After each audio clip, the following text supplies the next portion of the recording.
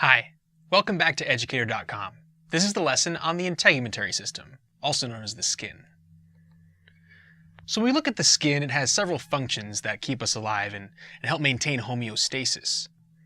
Protection. Protection is definitely a major one that we immediately think about.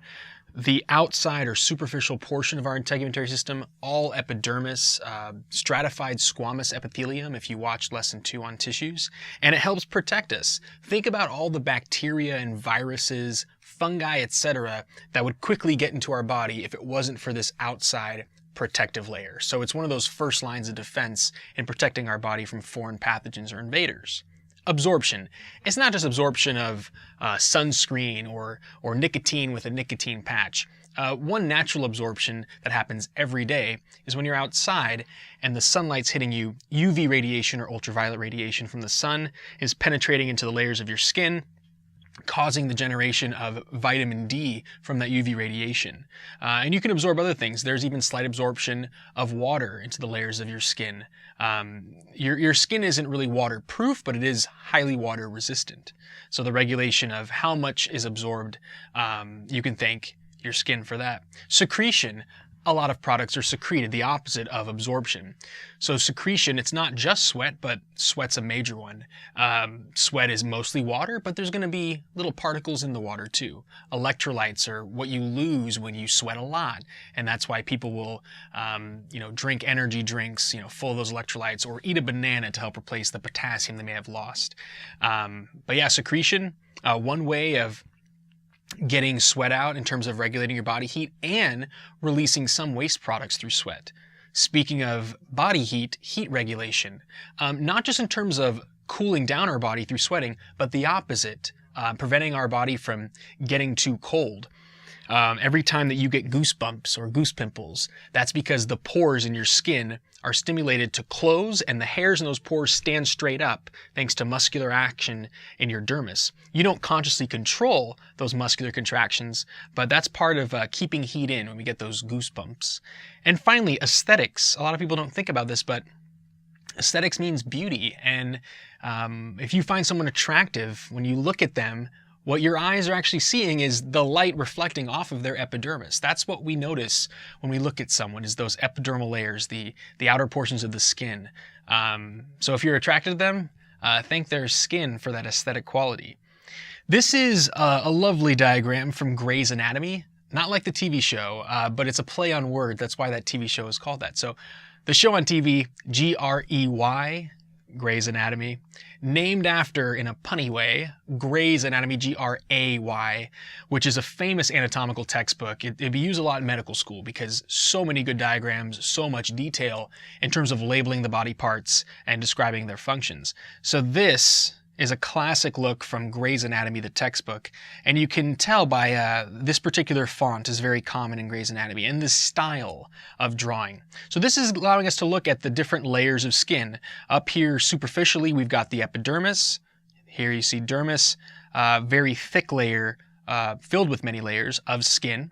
And then finally, the hypodermis, or the lower levels, the deeper levels, also known as the subcutaneous layer, is down here. And here's a little bundle of fat associated with that.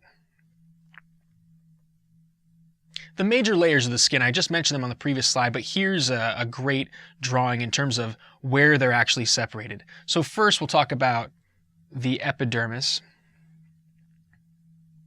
You can see that the epidermis exists from the most superficial portions and the top layers on the very superficial part, stratum corneum, and then down through to the end of this little purple section. So this right here is the deepest part of the epidermis. And you can see how it's kind of wavy. This is called the stratum basale, which I'm going to talk more about on a slide in the future. This is the basement membrane that anchors all of the epidermal cells. And you do have a few different cell types in there. Most of the epidermis is dead, and the parts that aren't actually dead cells, they're nearby blood flow. The blood flow actually comes up to the very superficial portions of the dermis. So just deep to the epidermis, very thick layer, exists right in here.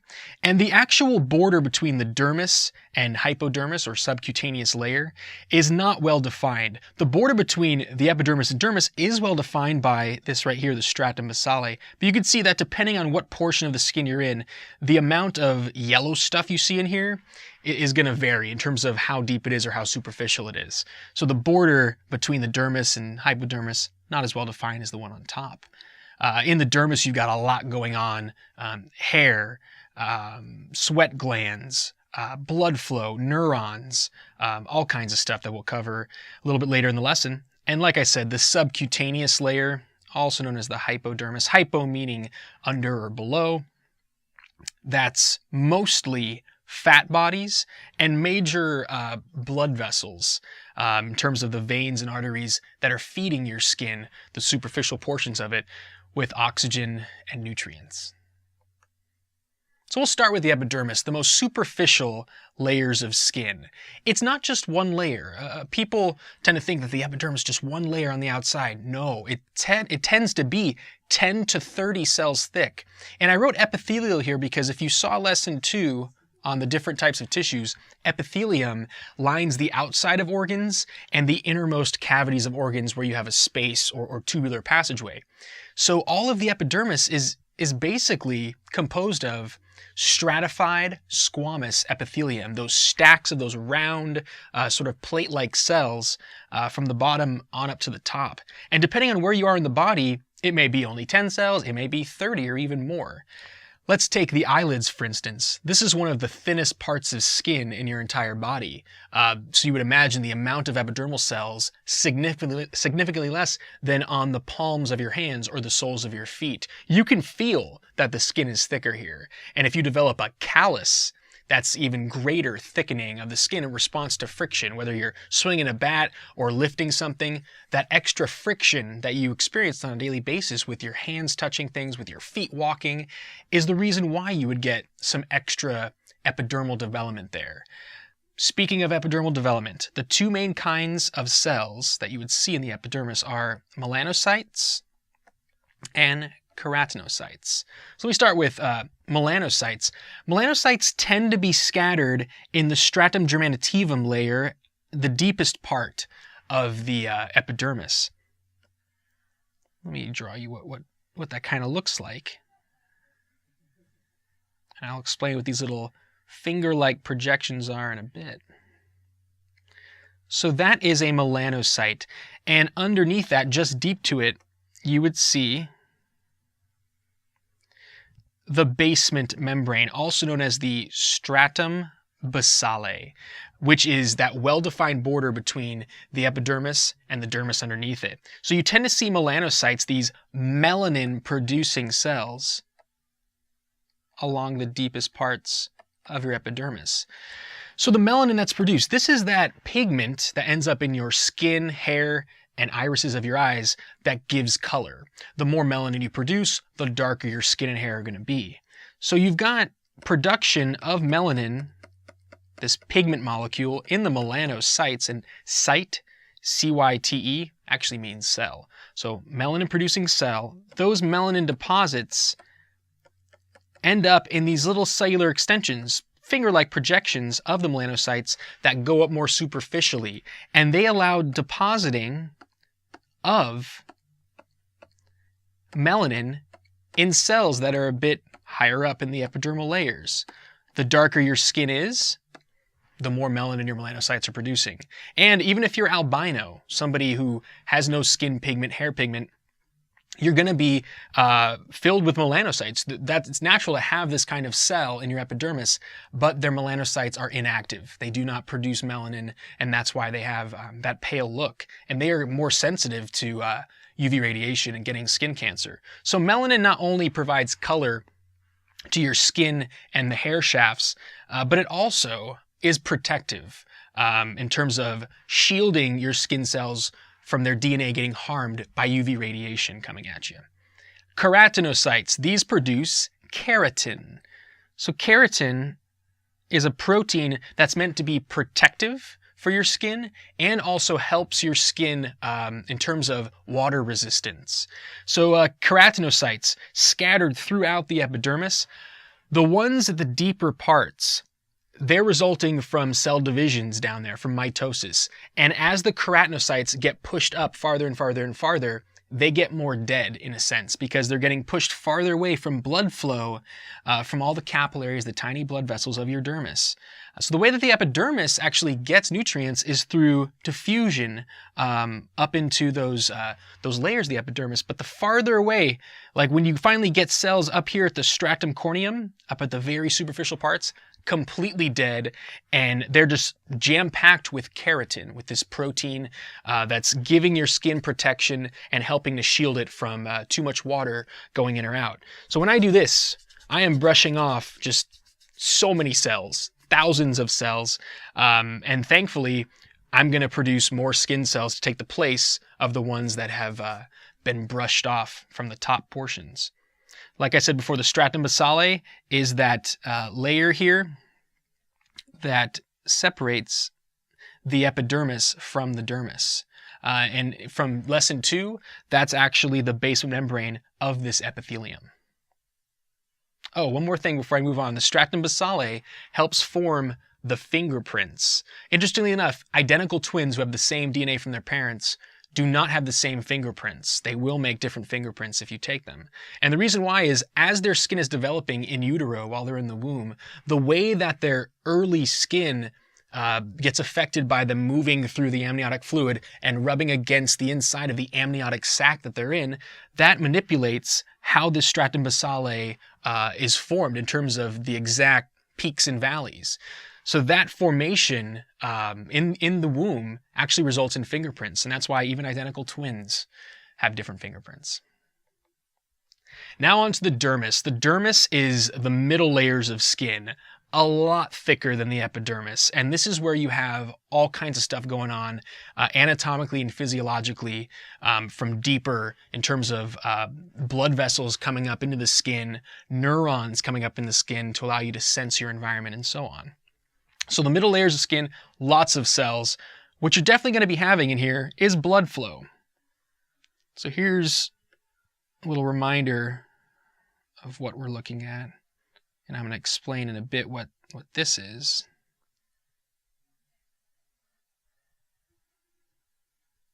So up here, remember this is the epidermis. Down here, we're talking dermis. And then finally, deep to that, you would see the even lower subcutaneous layer.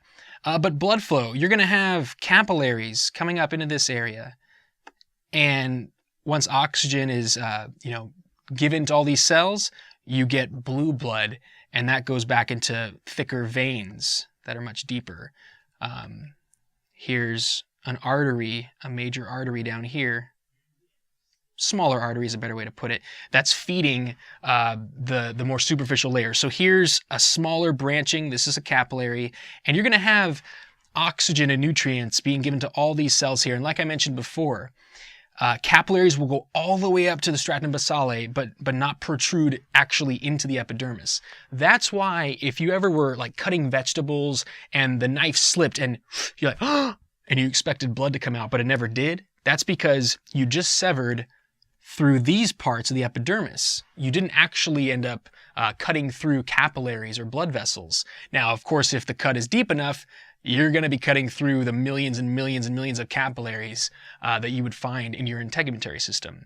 So, of course, blood flow into the dermis, very important for feeding the dermis and the superficial layers of the epidermis. So hair. Hair is the next one. We're going to draw a little hair shaft coming out of here. I'm not going to color in the whole thing, but we'll say it's, dark hair. So the hair shaft is the actual hair that's generated by the hair follicle. So the follicle is this whole thing. That includes the cells that actually help produce a new hair if this hair shaft actually comes out. And the average person loses about 50 hairs per day, mostly from the head. And if you're losing more like 100 or 200 per day, you may be heading towards baldness before someone else, because the rate at which you produce new hairs underneath these hair shafts has a lot to do with genetics and with nutrition, etc. And of course, feeding this follicle, you would definitely have little capillaries coming in and feeding these cells that actually help produce this hair shaft. And it is true that hairs are mostly dead.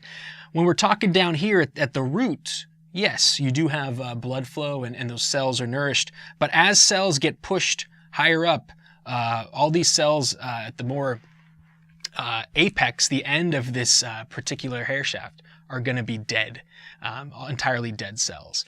The outside of the hair is known as the cortex. The inside is known as the medulla.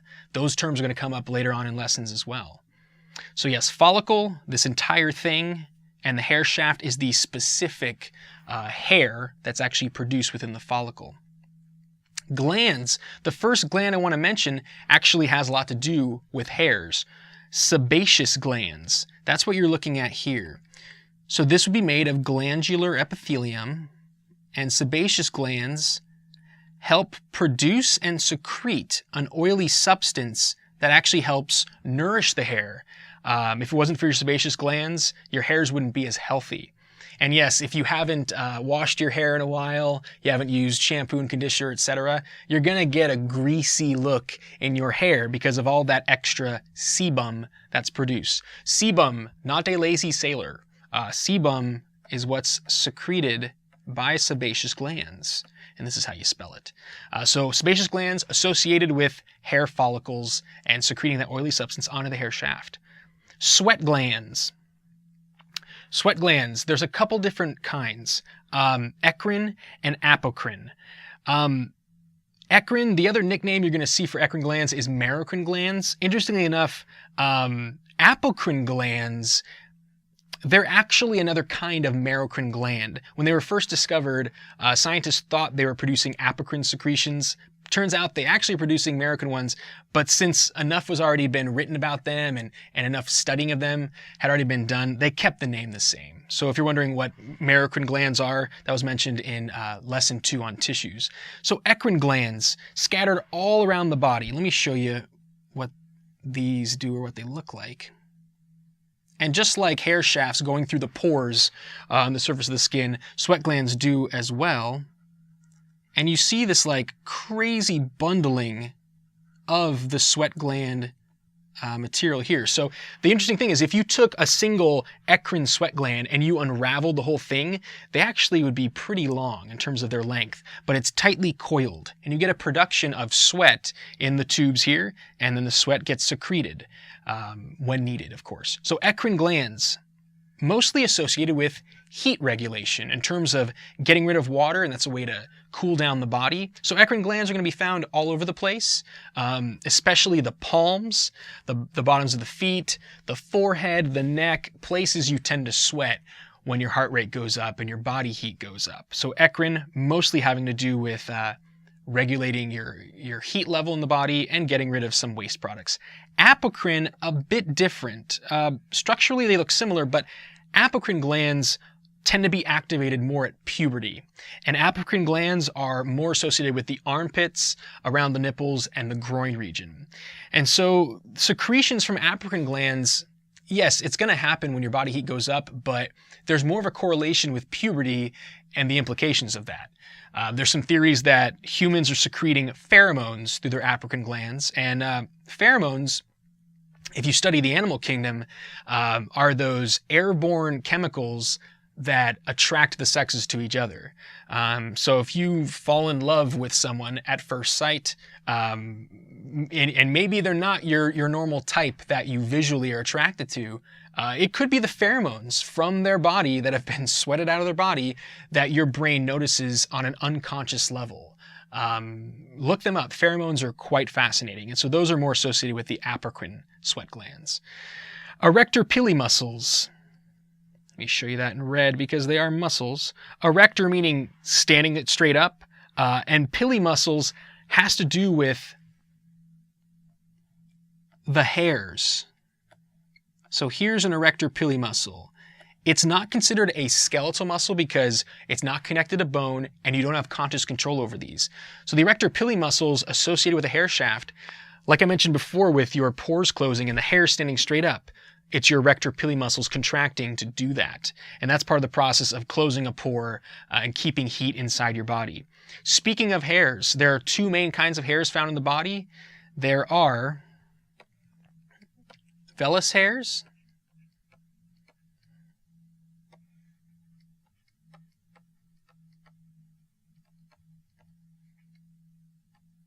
and terminal hairs. So vellus hairs are those little like kind of peach fuzz hairs that you find all over the body. If I look really close on my forearm, I see these little whitish looking hairs all over the place.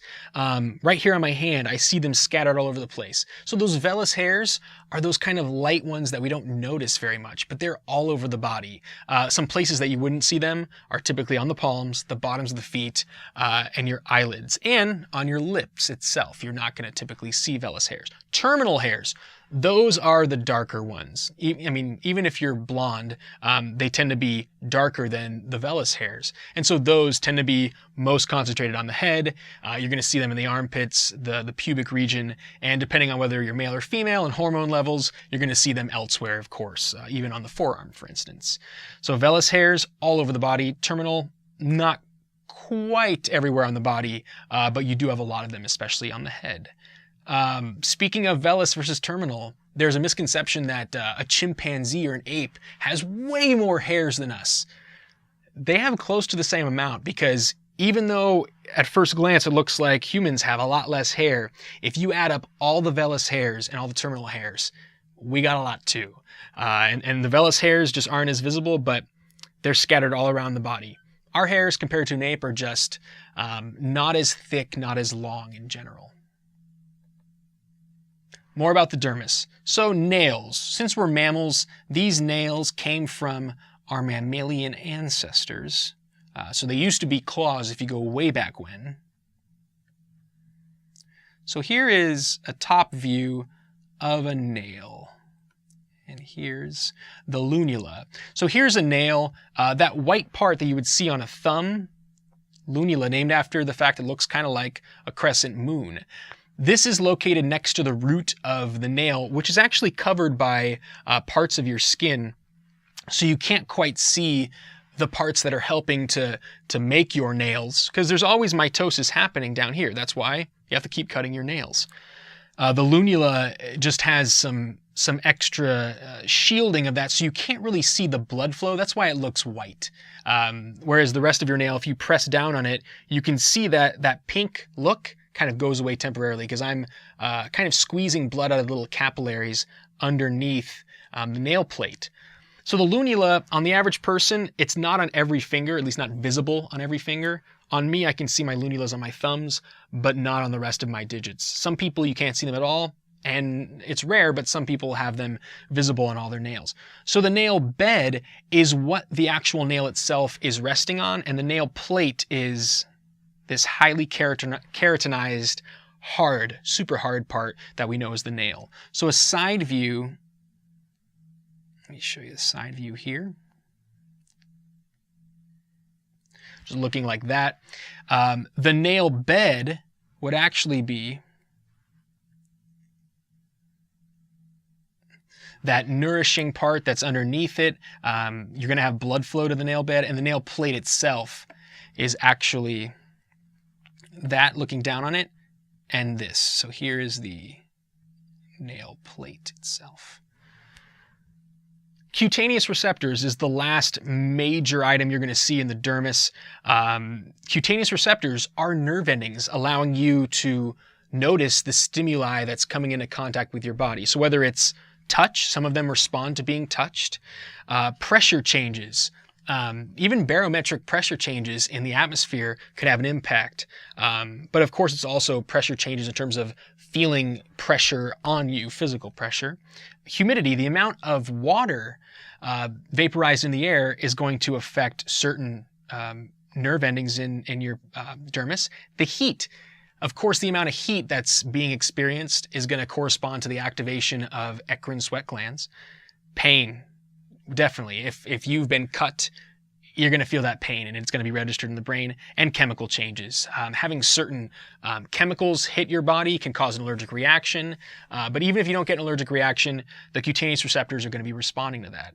In addition to these parts of the dermis, you're also going to see a lot of connective tissue scattered throughout the dermis, anchoring these particular tissues and keeping the dermis arranged as it should be. And then the subcutaneous layer. This is the deepest part of the skin, and this particular part right here, you've got mainly connective tissue, and the specific kinds of connective tissue are for fat storage, adipocytes. This literally means cells that store lipids. It's your adipose tissue. And depending on what part of the body you're in, the actual adipose storage will vary. A place like your eyelid, not going to have a significant amount of adipose tissue, but a place like your rear, your posterior, the buttocks, you're going to have a lot more adipose storage in the adipocytes. And so you're specifically storing fats or lipids in these little yellow clumps. Blood flow, that's obvious from here. You can see a vein and an artery, artery and vein, and then you also have lymph vessels. You'll hear more about those in the lymphatic organ system lessons, your immune system. And you're going to have those major arteries much deeper. So even deeper to the subcutaneous layer, major arteries feeding the arm, like the brachial artery and the brachial vein, they're going to branch into tinier arteries that will feed those more superficial layers. And when you watch the blood vessel lessons, you're going to see that veins tend to be more superficial to arteries, and that helps regulate your heat levels in your body. So of course, blood flow and then branching up into these tinier blood vessels is what you would find in the subcutaneous layer. All right, cuts and healing. So cuts happen. Sometimes you get a scar, other times you don't. It depends on how severe the cut is. So there are 4 main steps in terms of healing that cut, preventing you from bleeding out and dying from blood loss, and getting the skin back to as close to normal as possible. So step 1, inflammation. Let me draw a little picture for you.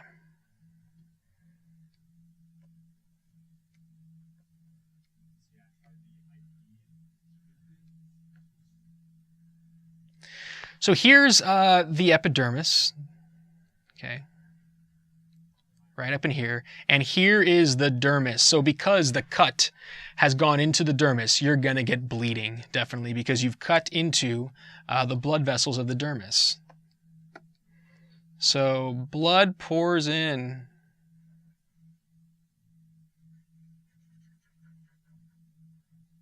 Look at all the blood. So the first response to getting a cut is, well, of course, blood's going to pour into there, but inflammation happens. The blood vessels that are physically feeding the dermis, they're going to be stimulated to expand. I know that sounds ironic because you got blood coming out. Why would you want them to expand? Well, your body wants to get more white blood cells and other cells that are going to help protect this area and regenerate it. So getting more blood flow to this area through expanded blood vessels is just a part of the inflammatory response associated with your immune system and your cardiovascular system. So you're definitely going to have inflammation occurring, and mast cells are what are going to be stimulating that. Mast cells are a kind of cell of the connective tissue that are going to secrete histamine, which causes the inflammation to occur, and heparin at the right moment, and that's to thin your blood and make it not clot. But you are definitely going to be clotting this area because, like I said, you don't want to be bleeding out continuously. So after a few hours, you finally get migration. And of course it depends, the exact amount of time depends on how significant this cut is in terms of its size and the width, etc. So that was inflammation. Migration, well, what is migrating? You're definitely going to get certain fibroblasts migrating to this area. So let me draw little fibroblasts. And I'm going to erase some of this, and you'll see why.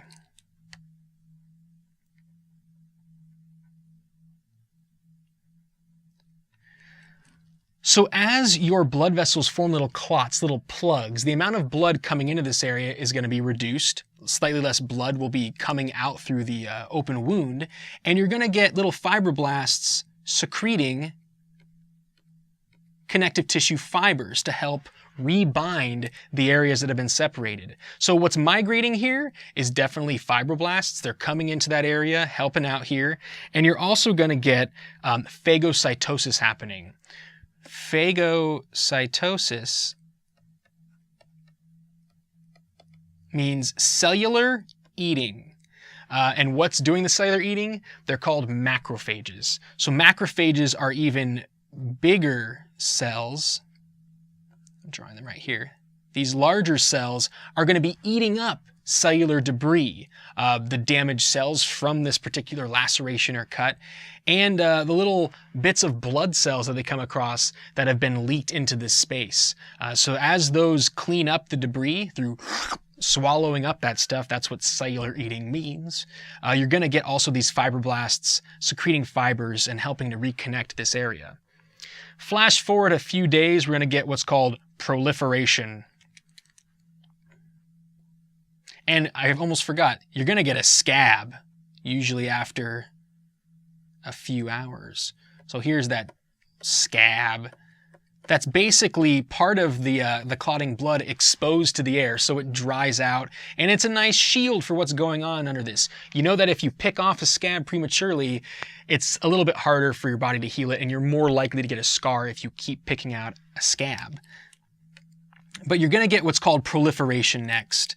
So there's slightly less of this clotted blood here, but what you're going to get is continued fibroblast production, getting continued connecting together of these damaged parts of the skin by secreting those collagen fibers, etc. And you're going to get definitely increased fibroblasts, and the amount of phagocytosis is going to be reduced significantly because you've already cleaned up most of that debris at this point. And then maturation. So at this point, the scab is gone. Hopefully it's not a scar, but oftentimes when it first heals, there'll be a little that what's remaining after the scab falls off, it sometimes is a little bit indented, but as you get continued maturation of this newly formed area of skin, new connective tissue, etc., sometimes it will get pushed up a little bit more as time goes on, so the scar is a little bit less visible as time goes on. Some people form what are called keloids, which are elevated scars, even with really tiny cuts, and we think there are genetic factors associated with that. But these are the four main ways that you heal a cut and prevent yourself from bleeding out. Burns. This is another major issue with the skin. They're not just caused by fire or heat. That is one of the main ways that burns are caused, but chemical burns can also happen. Really strong acids hitting your skin, really strong bases, alkaline substances, can definitely harm your skin. Electricity burns, getting shocked by electricity, getting struck by lightning, that's going to cause a burn. And it's not just the skin, it will definitely burn your internal organs and could potentially be fatal. Friction, whether it's a rug burn or a blister has developed from like lifting weights without gloves or swinging a bat, those are friction burns. I actually have a friction burn on the bottom of one of my feet because the last few days I've been walking around in sandals, and yesterday I walked around probably about 10 miles in sandals and was walking quite briskly. So when I was done, I had a blister on the bottom of my foot because so much rubbing and that inadequate support and cushioning on my foot caused a second-degree burn in a sense, and I'll tell you more about that momentarily. First-degree burns, and really we could say there's 4 degrees of burns. First-degree burn is primarily affecting the epidermis. Most classic one would be a sunburn. Those heal quicker because if you're just burning and harming the epidermal cells, they're very easily replaced. You're constantly shedding them, and you're not damaging any parts of the dermis. So typically a sunburn goes away within a few days, maybe a week. It really depends on the severity of the sunburn. But also you could get a minor heat burn, not from the sun, or a minor friction burn that would be considered first degree, as long as it doesn't penetrate into the dermis. Next up, second degree burn is harming not only epidermal cells, but damaging dermal cells. Could be a really severe sunburn, could be from getting hot water spilled on you, could be a friction burn. And oftentimes it's not just redness associated with a second degree burn, blisters, kind of a slightly waxy look can also appear. But blisters are very common because think about how many fluid-filled little chambers there are in the dermis, not only blood vessels, but sweat glands, etc. So when those tissues get damaged, pooling a fluid in the form of a blister, and those can take longer to heal. Third degree burn can be more fatal depending on how extensive the third degree burns are. That's getting down into the hypodermis.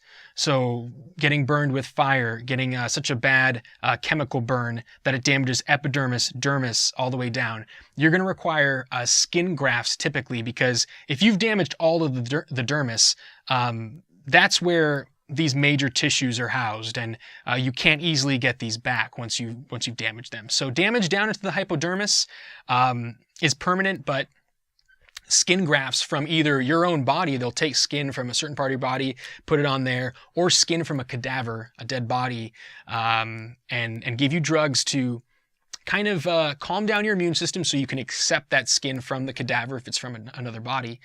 And the danger with third degree burns is if you don't get a skin graft quickly, the chances of infection are very high. Because think about all the protective parts you've lost because of that third degree burn. Somebody who has third degree burns over their body, very susceptible to infection. And fourth degree burns, I didn't even know those existed until about a year ago. That is a term not used often because you rarely see them, but that's damaging even down through all of the hypodermis, down to the muscle or bone. And those are incredibly fatal if they're over a lot of the body. So in terms of burns, with communicating quickly and adequately between emergency people, paramedics, EMTs, and hospital staff, where you're going to find nurses, doctors, surgeons, there's this rule of nines that's kind of interesting in terms of approximating how widely distributed the burn is on the surface of the skin. So someone kind of figured out the percentages of skin covering your body relative to the areas it's on, and they came up with the rule of nines. So let's say somebody burns all of an arm, their entire arm is burned, second degree or third degree. All of this is 9% approximately, and that's the entire thing. So both arms together, if you burn just the arms in their entirety, you've burned 18% of your skin effectively. Burning from here down, 4.5%, or you could approximate 4 or 5. But each arm, about 9% of your skin. The legs, if you think about it, your legs have about twice as much skin on average. They're longer and typically they're thicker. So a leg is actually twice as much skin as an arm. 18%. So if you burn just half of a leg, once again, that's 9%. If you burn the bottom half of both legs, 18%. Burn all of both legs, 18 times 2, 36%. Your torso as a whole, the chest and parts of your pelvic area,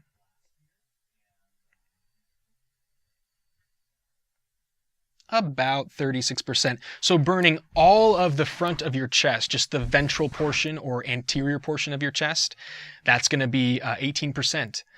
Burning just the back, 18%. And the whole thing would, yes, be 36%. The entire head, all of your head is going to be 9% approximately. So if they burn all of their face, you could say 4 or 5%. Perineum. The perineum, this is a part of skin associated with the groin area. It's only 1%, not much of your skin, but that's the only exception to this rule of 9s in terms of multiples of 9. If you add up all of these, 9 times 2, 18 times 2, 36 plus 9 plus 1, you get, surprise, surprise, 100% of your skin. And this is a way for an EMT or paramedic to quickly communicate with the ER that they're taking this person to for surgery perhaps and skin grafts. Enables them to like quickly be prepared for how severe this is. Because if I were to radio and say, we have a person with 9% of their body burned with 2nd-degree burns, that's not as severe. But if we say 3rd-degree burns on 45% of their body, that's much more severe. So that's how the rule of 9s is applied. Now for some skin conditions and disorders. We already mentioned scars a little bit earlier on and how cuts heal, but scars, this one here is actually called a keloid. This is an elevated scar, not very common, but some people get them. Wherever they get a cut, there's an elevated scar from additional production. It's kind of like overproduction of your fibers and skin cells in response to this cut. But the average scar is just a remnant of where you had a cut. And depending on how wide it is, how deep it is, you're more likely to get a permanent mark that your skin couldn't quite repair to look how it was before. And like I said, the thickness of it has a lot to do with it, because a thick cut and deep cut, they say you need stitches. The reason why they tell you need stitches is by binding together where you had that little divot or cut, it's just helping your skin adequately produce those, collagenous fibers and connective tissues to get it back together and heal effectively. A deep, wide cut without stitches is going to make a more severe scar once it's done healing. Moles. Moles tend to be an elevated, but not always, elevated, extra melanated little part. So let me draw a mole. So a mole can look like that. The darkness of them varies depending on the person. Some moles will be the exact same color as the surrounding skin.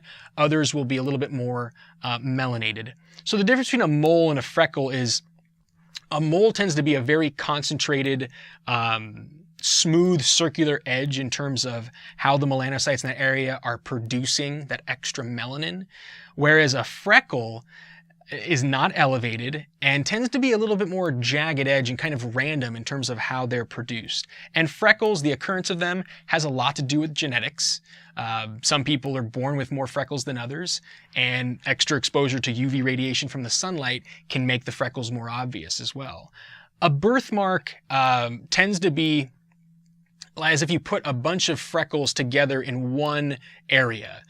Some people are born with birthmarks on their face, on their back. I was born with a birthmark on the back of my neck or upper back, and as I grew, it stretched as my skin grew and my body grew in size, and it stretched out so thinly now you can hardly tell it's there. When I was a baby, it was a bit darker and smaller. So some birthmarks do stretch out. Others are darker and more permanent unless you were to surgically get rid of it. Melanoma and carcinoma are forms of skin cancer. Melanoma, as you can tell from the melano part, has to do with melanocytes. So remember those cells that produce melanin in the deepest parts of the epidermis. If too much radiation from the sun or some other source has damaged the DNA there, they will grow out of control. And it's usually when something like a mole starts changing in terms of the border. They usually say A, B, C, D in terms of how it develops. So if it is asymmetrical, if a mole starts looking not like a perfect circle, that could be a problem. If it starts looking kind of jagged edge on one side and nice and round on the other, that's a sign that it's growing out of control and it may be home to some cancerous cells. If the border of it, this is kind of related to what I just said with the jagged edge, if the border is not a nice little circle, that's a sign that it's not doing so well. If the color is off, if one part of the mole looks darker or lighter than another part, that's a sign that part of that mole related to the melanocytes underneath might have cancerous cells. And finally, the diameter. If the diameter of the mole starts changing in size, meaning it's growing actively and obviously, if any of these are true, go to a skin doctor, a dermatologist, and get it checked out. They'll take a biopsy, meaning like taking a little bit of those cells, seeing if they're cancerous, and treating melanomas early is what's going to save your life, because melanoma is the most deadly form of skin cancer. So get it taken care of. Carcinoma, not as deadly. Basal cell carcinoma is a common type. They tend to not look as dark, but once again, it is cancerous cells developing at the base of your epidermis, and that carcinoma also is from usually too much sun exposure over a period of time. And a carcinoma, will be a little section that looks like it doesn't belong there. And over time, if you also notice it's growing in size and looking darker over time, definitely get it checked out. And carcinoma is not quite as deadly, but if either of these spread to your lymphatic tissue, meaning into blood vessels or modified blood vessels that have to do with your immune response, then the cancer cells can migrate to another vital organ, and that can result in death. Acne, it's not just in teenagers or people going through puberty. Adults can experience acne as well. And there's a misconception that it's always related to dirt or bacteria. Sometimes that has to do with acne, but there are some genetic factors and hormones that have a lot to do with acne. So some people will keep their face extremely clean on a daily basis, but they still get acne. And yes, during puberty, some of the hormonal changes can trigger acne on the face, on the back, parts of the chest even. But yeah, keeping your face and your body clean is going to minimize the chances, of acne happening. But yes, if it is related to bacteria, the way it happens is bacteria getting into one of the pores of your skin causes inflammation, causes migration of white blood cells into that area to eat up that bacteria that's been dividing. And that's how you get the little whitehead or the little pus forming. I know this is kind of disgusting, but it's also fascinating. That little pus there is actually dead white blood cells that have sacrificed their lives for you, to protect you from that bacteria. And they do recommend that you don't pop a pimple because you actually are popping a little bit of capillaries under there, and you're more likely to have a scarring effect if you do that a lot. But acne oftentimes will subside. It won't be as apparent or as widespread when someone transitions into adulthood. Sometimes when I shave, I do get little pimples, and that's because the razor has cut off some of those superficial skin cells and allowed bacteria to go into my pores a bit more easily. So keeping your face clean is going to help out a bit with acne, but there probably are genetic factors associated with it. Warts. Warts come from a virus, a papillomavirus. Now, HPV, the STD, a little bit different in terms of how it's spread, but warts in general, contact with someone else's skin who has a wart could allow the virus to hop into your skin and into your bloodstream. Warts, sometimes you only have them for a period of time. I had a wart for a while on my hand in high school. Now I don't have them. I haven't produced them for years. But what happened was this wart right here went to the dermatologist and they basically froze it off. They had a really cold material, killed the cells that had the wart virus in it, down to the root. It eventually fell off. And if the virus is still in my body, it's dormant because warts are caused by this virus, and it definitely manipulates how the skin develops in that area. Wrinkles. As someone ages, their strength and stability of collagen that they're producing is not quite as strong. It's a little bit more saggy and weak, and so that kind of less young quality of how well you're able to produce collagen is what makes wrinkles. And yes, sun, the amount of sun exposure you have can impact them. And yeah, you get like little crow's feet, and those are spots where, the wrinkles you get from just making expressions and in this area can enhance that look in terms of how the collagen is less tight. Psoriasis, eczema, and rosacea all are similar to each other, but there are some differences. With all of these, you get inflammation consistently, and these are disorders associated with the skin in terms of extra inflammation, itchiness, irritation, even a redness. Psoriasis, the sign of that is excess production of like flaky skin. One of my professors in college said that her husband had psoriasis so bad, so severely, that she would find giant flakes of skin on the couch or on the rug that her husband had shed. And he took medication to lessen the negative effects, but there is no cure. So there are creams or oral medications that can reduce the look of psoriasis. Eczema and rosacea, definitely redness, irritation. Rosacea tends to be on the face mostly, and eczema comes and goes. People will have eczema breakouts and then it will go away, but it's something that lasts. Sometimes infants will have eczema for a little while, and then as they age, they won't experience it quite as much. Finally, vitiligo. Vitiligo is the death of melanocytes in terms of them completely becoming inactive, not making melanin anymore. And of course, people think of Michael Jackson with this, but almost anyone can get it. They think there are genetic factors associated with it, but there could be environmental triggers as well. One example is I have a relative who was on a certain kind of, I believe it was cholesterol medication, and one of the potential side effects was bleaching of the skin, meaning causing at least vitiligo in part of the body. So she took this medication for months and noticed that she started losing pigment on her hands and finally stopped when it crept down to about here. But to this day, her hands are completely bleached and the rest of her body looks tan. So she had complete destruction of melanocytes in this area. She's not going to get them back. So a medication could cause vitiligo. It's not just genetic factors, but yeah, causes bleaching of the skin. And once you're not making melanin, you're not going to have skin pigment anymore. Thanks for watching Educator.com.